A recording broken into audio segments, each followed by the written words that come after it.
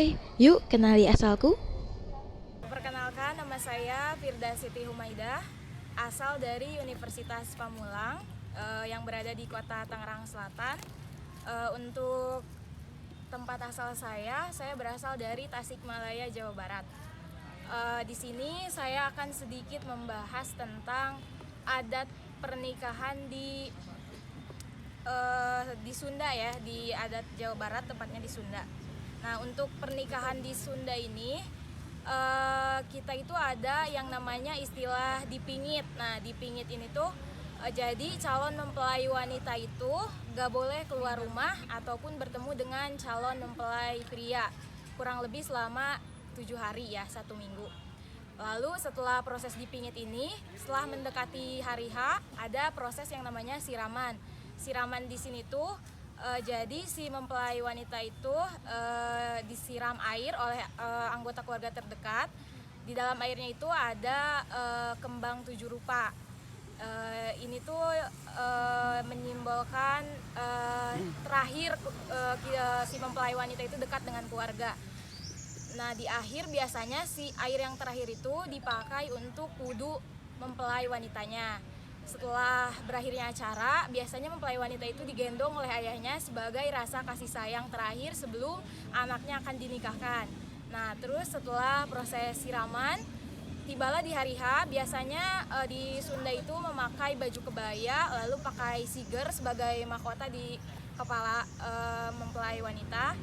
Nah, lalu biasanya di prosesi pernikahannya itu ada yang namanya tarik-tarikan ayam panggang. Kalau di Sunda itu namanya ayam bakakak, ya kan?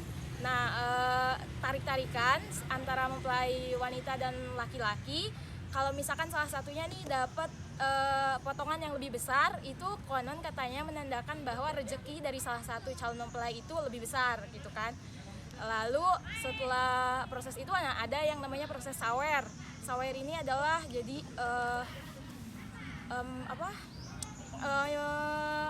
melempar uang gitu, uang koin, biasanya uang koin atau enggak permen dicampur gitu. Itu sebagai tanda berbagi kasih aja kepada sesama. Nah, terus mengenai makanan kesukaan aku suka yang namanya tutug oncom. Kalian kalau yang dari Jawa Barat pasti tahu kan namanya tutug oncom. Jadi itu tuh adalah nasi hangat yang disajikan dengan tutug oncom, jadi dicampur. Nah, kalau untuk lauknya sendiri itu kadang-kadang ada ayam goreng, ada seladanya, ada sambelnya ya. Nah, terus untuk di Sunda itu ada yang namanya Kampung Naga. Nah, Kampung Naga ini terletak di Desa Neglasari, Kecamatan Salau. Kampung Naga ini termasuk kampung yang sangat sakral ya, karena di sana tuh gak boleh ada yang namanya listrik. Mereka itu benar-benar menjunjung budaya leluhur gitu. Karena kan dulu belum ada listrik, jadi mereka tuh pakai kalau di Sunda tuh namanya damar, jadi kayak obor gitu, pakai api. Nah, terus si anggota si penduduknya itu gak boleh lebih dari 40, dibatasi karena benar-benar menjaga si budaya itu benar-benar kental, gak tercampur oleh budaya asing gitu, karena mereka tuh benar-benar menjunjung tinggi banget nilai budaya. Mungkin sekian yang dapat saya sampaikan. Silakan teman-teman. Ya, kita anggap itu kan ada 40 keluarga kan. Ya. Nah, kita anggap satu keluarga itu melahirkan satu anak.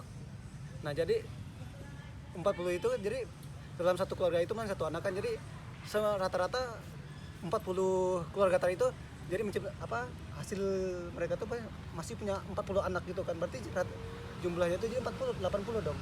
Enggak, jadi maksudnya tuh 40 kepala suku. Jadi di dalamnya tuh mau berapa aja ya terserah. Anak mereka mau berapa, 40 kepala suku. Jadi nggak boleh lebih dari 40 kepala suku. Gitu maksudnya.